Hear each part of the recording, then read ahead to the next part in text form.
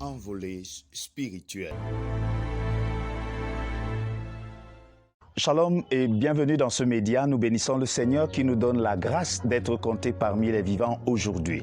Aujourd'hui, nous parlons d'un thème important également. Il s'agit de la boîte de nuit. Je ne sais pas si vous avez déjà entendu parler, mais au Cameroun, mon pays, on compte des snack bars et des boîtes de nuit pratiquement au mètre carré. La vérité, c'est que les boîtes de nuit sont des endroits de concentration où des gens viennent pour se détendre.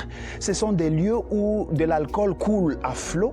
Ce sont des lieux où des hommes et des femmes s'habillent de manière légère. Il y a comme une sorte d'attirance, d'excitation.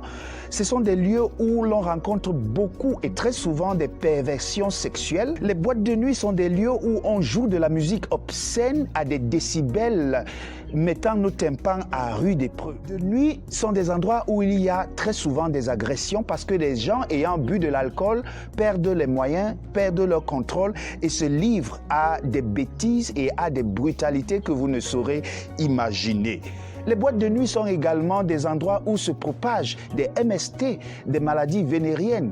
Les boîtes de nuit sont également des lieux où on consomme du cannabis, où on consomme de la cocaïne, du tramadol, bref, des drogues. Nous sommes des êtres humains. Nous nous donnons beaucoup de peine de jour comme de nuit à avoir notre pain quotidien. Nous travaillons chaque jour pendant au moins des années affilées. Il est normal qu'à un moment donné, nous puissions nous reposer, nous détendre. Mais la question est celle de savoir si le chrétien doit se détendre dans des lieux comme ceux que je viens de citer, c'est-à-dire les boîtes de nuit. La réponse, mes chers amis, c'est non. Non et non. L'enfant de Dieu a besoin d'être différent parce que, évidemment, il est différent. Oui, le message aujourd'hui est de nous dire nous devons sortir du milieu de la Babylone. Nous devons sortir du milieu des boîtes de nuit. Nous devons sortir des milieux qui n'honorent pas notre Dieu. Nous n'allons pas vendre notre profession chrétienne pour quelques minutes de détente, surtout quand on connaît tous les risques encourus. Oui, le chrétien a droit à la détente, a droit au hobby, a droit à la relaxation. Mais encore faut-il savoir où le faire. Maintenant, à moi de vous poser une question. Croyez-vous que dans un milieu où on fume de la cocaïne, où on consomme de la drogue, où on s'habille de manière légère, où on joue des musiques obscènes, pensez-vous que dans ce lieu, le Seigneur puisse s'y plaire? Je crois que vous avez la réponse. Alors, si le Seigneur ne peut pas se plaire dans un lieu comme celui-là, ce n'est certainement pas ses enfants qui s'y plairaient. Si quelqu'un est en Christ, il est une nouvelle créature.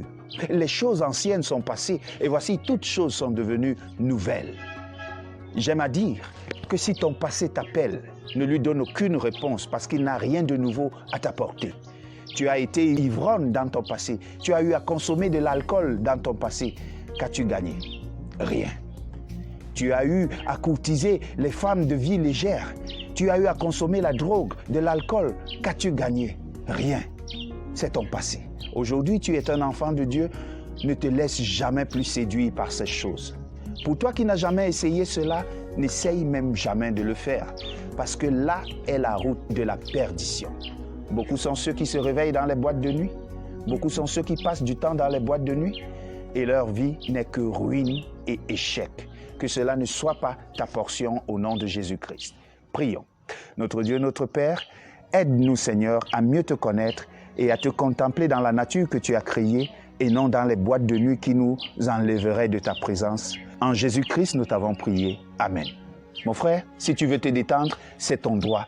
Fais-le en toute sagesse, mais pas dans les boîtes de nuit. Que Dieu te bénisse. Shalom.